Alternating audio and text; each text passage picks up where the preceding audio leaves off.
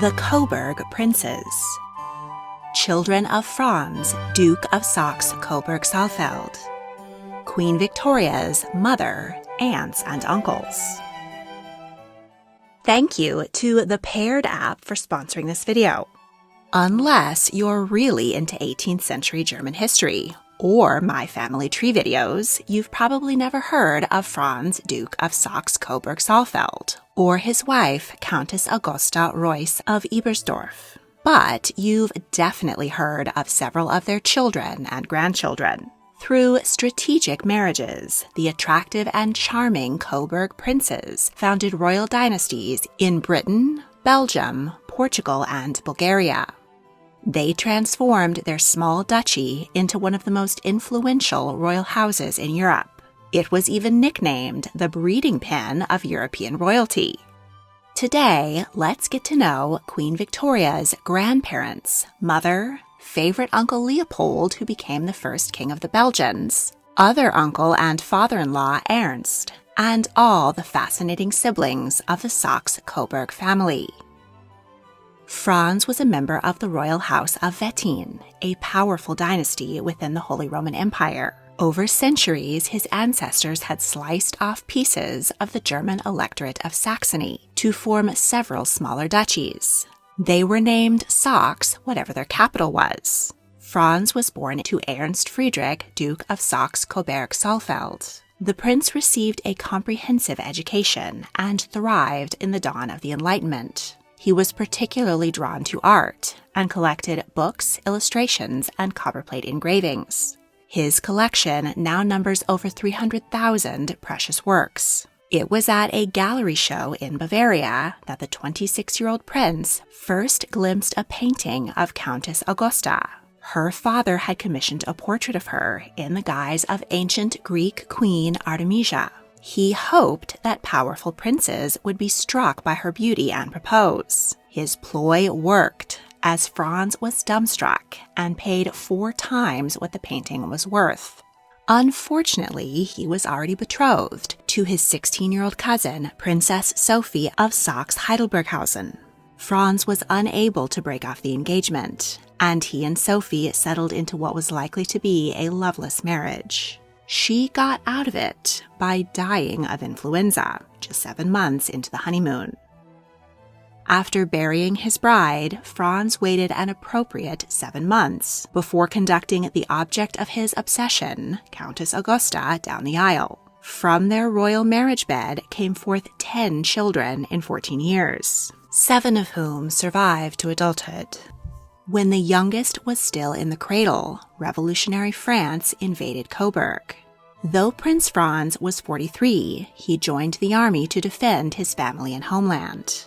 Coburg joined a coalition against Napoleon, which allied them with the Holy Roman Empire, Great Britain, Prussia, Holland, Spain, Portugal, and Russia. Franz took the opportunity to betroth his teenage children to the offspring of his more powerful brothers in arms. They, in turn, saw great advantage to wedding their children to minor German royals. Major European monarchs were not always keen to see their offspring paired off with Austrian, Russian, or Spanish princesses. They usually came with powerful parents who demanded that their in-laws join them in the latest war. But the smaller German monarchies had very little political weight to throw around. However, their offspring still carried the exalted titles of prince and princess, so they were ideal matches on the royal marriage market. Royal titles with no political strings attached.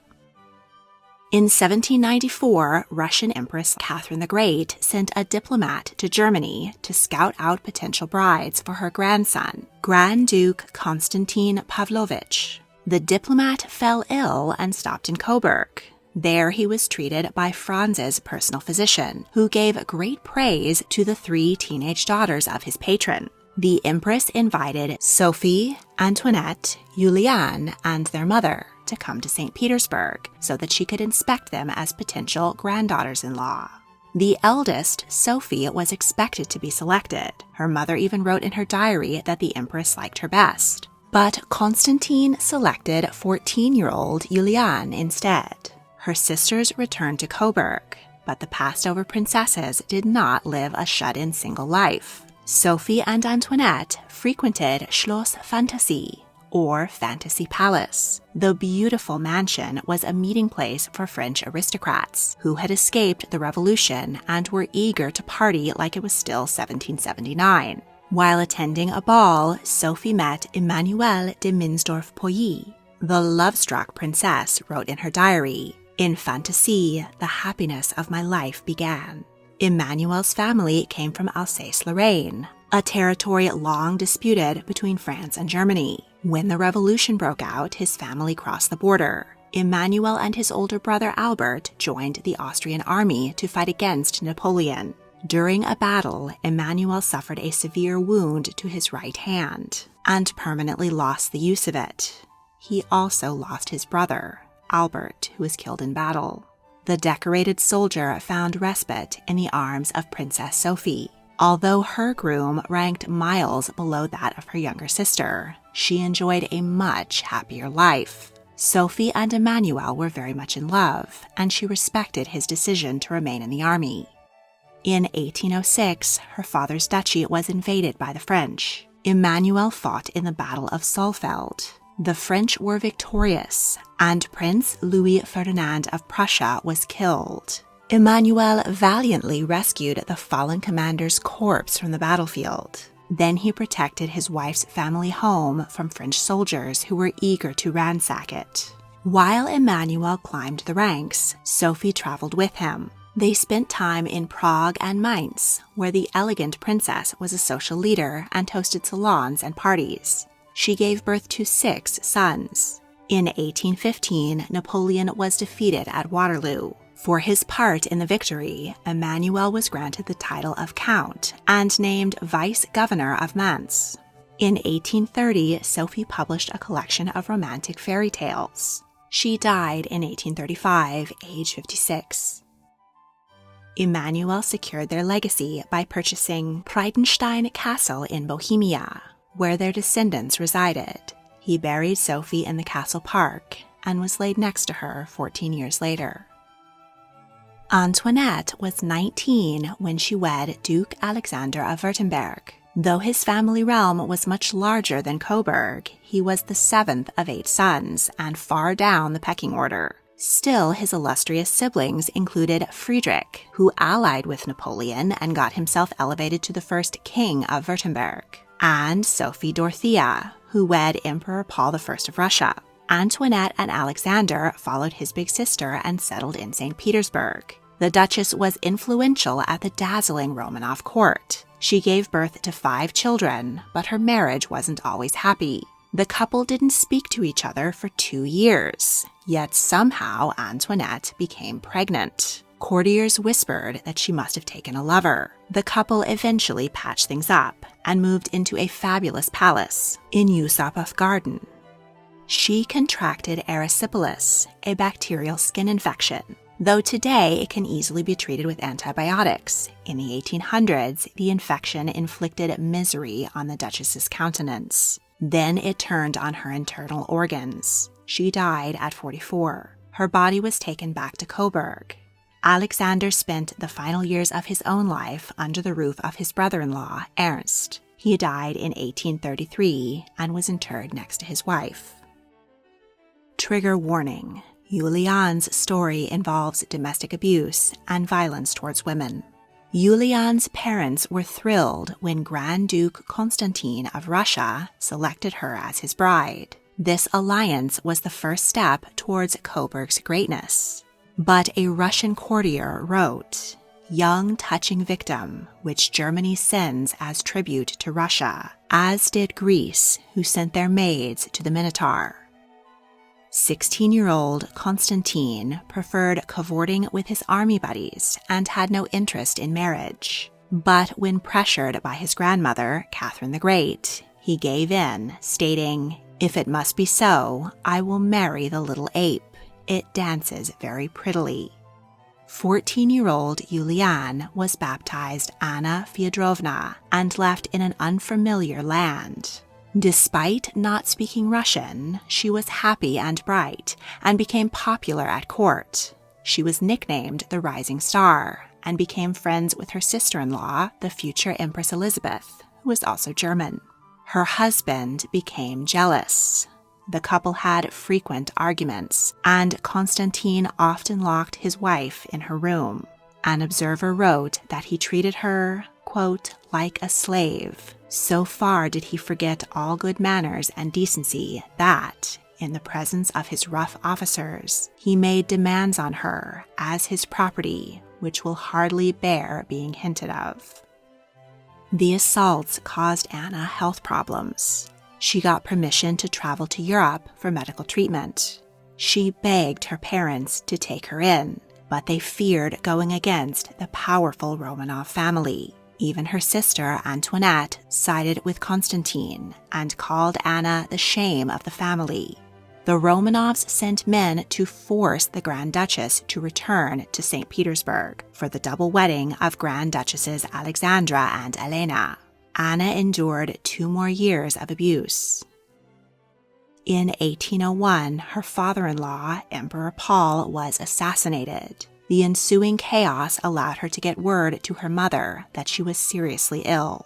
Augusta traveled to Russia, and when she became aware of what was going on, she took her daughter back to Coburg. This time, her family protected her.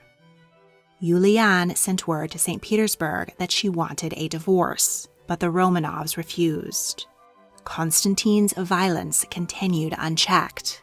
When the mistress of a friend refused to sleep with him, he and his friends kidnapped and brutally assaulted her. She died soon after, but the murder was covered up. Juliane settled in Bern, Switzerland, where she was accepted by sympathetic friends. She craved the love of a family, but had to settle for clandestine affairs. She gave birth to a son, Edvard, and a daughter, Louise. In 1814, the Russian army was passing through on their way to invade France. Constantine tracked her down and tried to convince her to return to him. But Juliane refused. He was named Viceroy of Poland, where he was hated as a cruel despot. He was the frequent target of assassination attempts. In 1820, he wanted to marry his mistress, so he asked his brother to finally annul his marriage to Juliane after 19 years apart. Emperor Alexander agreed, but only if Constantine would give up his claim to the throne in favor of their younger brother, who became Emperor Nikolai I. Constantine died of cholera at 52. Juliane outlived him by 29 years. She did charity work and was well loved by her children and family. She purchased an estate on the banks of the Ada River, where she welcomed friends and filled her halls and garden with music and laughter. She died there in 1860, age 78, and was buried under a simple marble slab, which bore only her name, Julia Anna.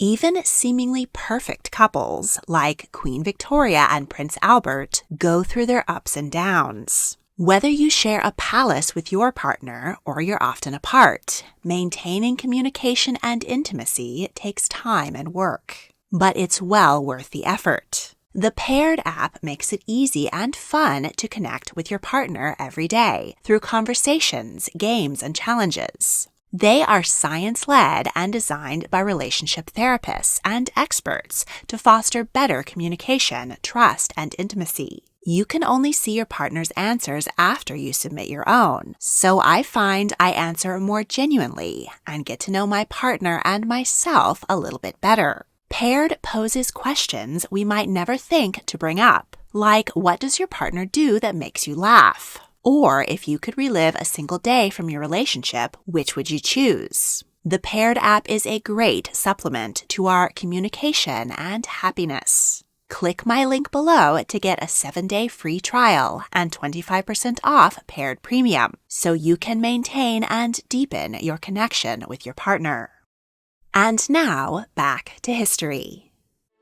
Ernst was 22 when his father, Franz, died in 1806, but he was unable to take control of Saxe-Coburg-Saalfeld because it was occupied by French troops. Within a year, his brother-in-law's brother, the Russian Tsar, forced the French to give Ernst back his domain. The Duke served as a general in the Prussian army and fought against Napoleon in several battles. The Duke was a gallant gentleman who loved the ladies and sired several illegitimate children. At 33, he wed his cousin, 16-year-old Princess Louise of Saxe-Gotha-Altenburg.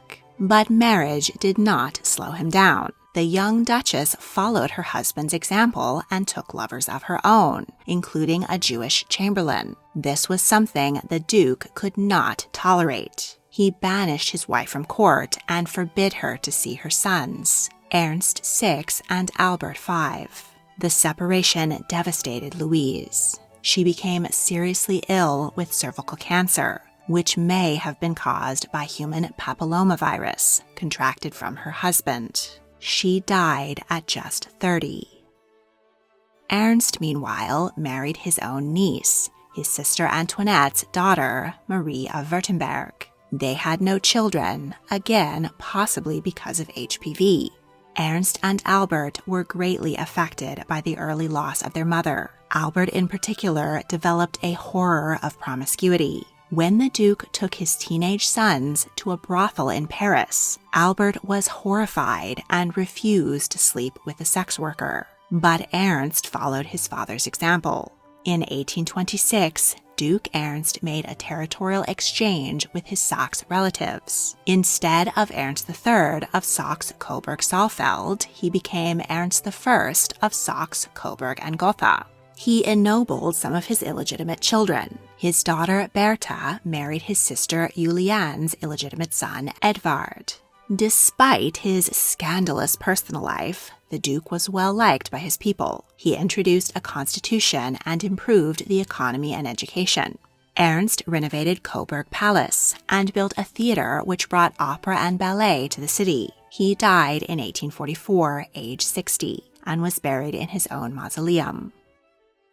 The crowning achievement of the Coburgs' dynasty building was Prince Albert's 1840 marriage to his first cousin, Queen Victoria of the United Kingdom. They had a passionate relationship, and Albert was unerringly faithful. Their 9 children married into many other royal families, and their descendants have perched on thrones in the UK, Russia, Spain, Norway, Sweden, Greece, Romania, Yugoslavia, Denmark, Prussia, and other German monarchies. Check out my many videos about them and their descendants. Victoria was hailed as the grandmother of Europe, meaning Albert was the grandfather. Albert didn't get to see much of this legacy, as he died of typhoid fever at 42, leaving the Queen in mourning for the rest of her life. When she died in 1901, and their son became Edward VII, the British royal house was officially named Saxe-Coburg-Gotha. But when World War I broke out in 1914 and all things German became unpopular, King George V renamed the dynasty Windsor after his favorite English castle. Albert's older brother, Ernst, became Duke of Saxe-Coburg-Gotha. He had contracted a venereal infection, and prudent Albert warned him not to marry until he was cured. But he wed Princess Alexandrine of Baden anyway. He likely passed the infection to his young bride, rendering her infertile. When Ernst died without an heir in 1893, the duchy passed to Albert's second son, Alfred. His only son, Alfred, ended his own life at 24. So his nephew, Charles Edward, whose father Leopold had died of hemophilia before his birth, was granted the German duchy. The fatherless 16-year-old was taken under the wing of his cousin, Kaiser Wilhelm. During World War I, he served in the German army and broke off relations with his British family. When Germany lost World War I in 1918, the decimated people blamed the aristocracy. A revolution ensued, during which all 20 German monarchs, including Charles Edward, were forced to abdicate. Adolf Hitler courted ex-royals by promising to restore their thrones. Charles Edward was seduced and became one of the Führer's top aides. Following the defeat of the Nazis, he was imprisoned and put on trial for war crimes. He was sentenced to pay heavy fines and left impoverished. He died of cancer in 1954, age 69. Ferdinand was just 6 years old when he was commissioned as a lieutenant in the Austrian Imperial Army. He was in his teens when he first saw action against Napoleon. At 30, the dapper soldier married Maria Antonia Koháry of Csabrag-Sitnyó. She was the sole heir of a fabulously wealthy Hungarian magnate. Maria Antonia had plenty of money, but no title, so Emperor Franz II elevated both her and her father to the peerage. Ferdinand converted to Catholicism. The couple settled in Vienna and welcomed 4 children. He continued his military career, and by 40 he was promoted to a cavalry general. In 1826, Maria Antonia's father died, and she inherited his massive fortune. Ferdinand oversaw the construction of Coburg Palace in Vienna. It is now a 5-star hotel. Ferdinand died in 1851, age 66. He is buried in the Ducal Mausoleum in Coburg.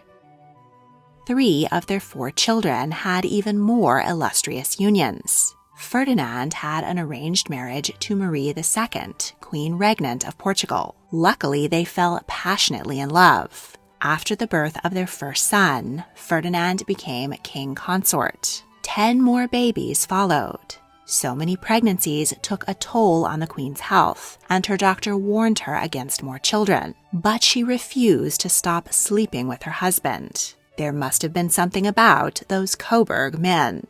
Sadly, Maria died, giving birth to her 11th child. Heartbroken, Ferdinand became regent to their 16-year-old son, Pedro V. His descendants remained on the Portuguese throne until Manuel II was deposed in 1910. Prince August wed Princess Clementine of Orléans, and Princess Victoria married Prince Louis, Duke of Nemours, both children of French King Louis-Philippe I. August had 5 children. The youngest, Ferdinand, was elected Prince of Bulgaria in 1887. He was a popular leader, and in 1908, he declared Bulgaria independent from the Ottoman Empire and named himself Tsar. He got Bulgaria into World War I on the side of the Central Powers, and after their defeat, he was forced to abdicate in favor of his son, Boris III. His son, Simeon II, was the last Tsar of Bulgaria and was deposed in 1946, though he was elected prime minister from 2001 to 2005. The youngest Koháry sibling, Leopold, was seriously considered as a groom for Queen Isabella II of Spain, but many European powers felt that the Coburg family already had enough connections. Victoria was 17 when she married her 40-year-old uncle, Emisch Karl, Prince of Leiningen. They had 2 children, Karl and Feodora. 11 years in, Emisch died, and Victoria became regent for their young son. Meanwhile, in England, her brother Leopold lost his wife, Princess Charlotte of Wales, in childbirth. She had been the only legitimate grandchild of King George III, and her death sparked a succession crisis. The king's 13 living children had spent their time with lovers, and most had not bothered to contract legitimate marriages. Suddenly, there was a rush of middle-aged princes looking for young royal brides. Widowed Victoria was 31, a bit old, but she had proven fertility, so she was selected to marry Prince Edward, Duke of Kent. The couple got on well, and he was a caring stepfather to her 2 children. Together, they welcomed 1 child, a daughter who was named Victoria after her mother. Then Edward died of pneumonia. Duchess Victoria inherited only debts, and she barely spoke English. She might have gone back to Coburg, but she decided to remain in London, where she could ensure her daughter's succession. Mother and daughter lived in isolation in dilapidated Kensington Palace. The Duchess fretted over her daughter's safety and created the strict Kensington system, which barred her from seeing anyone but her mother and servants and walking down the stairs unattended. There were legitimate concerns that her unscrupulous uncle, Ernst Augustus, might try to remove her from the succession by means most foul. The Duchess depended on her younger brother, Leopold, for advice and financial support. She also came to rely on the man who had run her husband's household, John Conroy. There were rumors that they were lovers. He saw Princess Victoria as a meal ticket. Her older half-siblings were in her life, but Karl spent most of his time at boarding school. Feodora was a devoted older sister, but when King George IV made a pass at her, she was quickly married off to a German prince. Conroy wanted a queen regnant under his thumb, not a queen consort. After George IV's death, Victoria became heir presumptive to her childless uncle William IV. He wanted to be a father figure to his niece and resented her mother keeping them apart. This tension broke out into a very public argument at the king's 1836 birthday party. Conroy took Princess Victoria on a grueling tour around the country. When she fell ill with a fever, he tried to pressure her to sign papers, ensuring him power when she came to the throne. But she refused. Victoria became queen at the age of 18. Her first order was to be moved out of her mother's bedroom. After her domineering upbringing, the queen reveled in her freedom at Buckingham Palace, and her mother was not welcome in her presence. She did take her uncle Leopold's advice and proposed to her handsome first cousin, Albert. He was able to mend the relationship between mother and daughter. The Duchess's finances were reviewed, and it was discovered that Conroy had been robbing her blind for years. He was exiled, and out from under his influence, Duchess Victoria became a doting mother and grandmother. She died in 1861, age 74, and was buried at Frogmore House. Leopold, the baby of the family, was made a colonel in the Russian army at just 6. All of the Coburg siblings received exceptional educations, but Leopold was a standout and taught himself Russian, English, French, and Italian. When French troops occupied Coburg, he and his mother were locked in a castle and placed under guard. Once the Treaty of Tilsit was signed, he traveled to Paris to attend Napoleon's court. Empress Josephine was impressed with the 18-year-old, and Napoleon offered him a position in the French government. But Leopold refused to serve the tyrant, and instead went to Russia to join the cavalry. 2 years later, he was fighting against Napoleon to liberate his German homeland. In 1814, Emperor Alexander took his protege to London. He introduced the dashing 25-year-old war hero to Princess Charlotte of Wales, who was on the lookout for a husband. She was the Prince Regent's only legitimate child and second in line to the throne. They were wed and moved into Claremont House. Leopold and Charlotte were the Will and Kate of Regency England. Parliament granted the future queen and prince consort an abundant allowance. While attending the opera, she suffered a miscarriage and had to be rushed home. When she became pregnant again, her doctor was overly cautious and ordered her to limit her diet. By the time she went into labor, she was weak. She labored for over 50 hours, but the nervous physician refused to use forceps to get the baby out. Charlotte finally delivered a stillborn son. Leopold was by her side the whole time. Charlotte was cleaned up and put to bed, and Leopold was given a sleeping draught. A few hours later, she began to hemorrhage. She called for her beloved husband, but he could not be roused. Charlotte died at the age of 21. Heartbroken, Leopold returned to Coburg to play royal matchmaker to his relatives. He never got over Charlotte's death and had little interest in remarrying. In 1830, Greece gained independence from the Ottoman Empire, and the popular and wealthy prince was offered the throne. But he decided that Greece was too unstable, and he turned it down. The same year, the southern provinces of the Netherlands rebelled and formed a new nation, Belgium. They offered their throne to Leopold, and after doing his due diligence, he accepted. He He swore allegiance to the Constitution and was enthroned in Brussels. Now that he had established a new dynasty, the 42-year-old widower needed an heir. He married 20-year-old Louise of Orleans, the daughter of French King Louis-Philippe I. Though it was not a love match, the couple came to respect each other and enjoyed a quiet domestic life with their children, Leopold, Philippe, and Charlotte, who was named in honor of her father's first love. Leopold did take a mistress, Arcady Claret. He kept her and their 2 sons out of the public eye at Castle Stuyvenberg. With so many family connections, Leopold was an important peacekeeper. He kept Belgium neutral and spared his people the devastation of war. Belgium flourished. His reign saw the rise of the Industrial Revolution. He personally funded the establishment of Belgian colonies in Africa and the Americas. Queen Louise died of tuberculosis at 38. Leopold built for her the Church of Our Lady of Lachen. Its crypt is now the burial place of the Belgian royal family.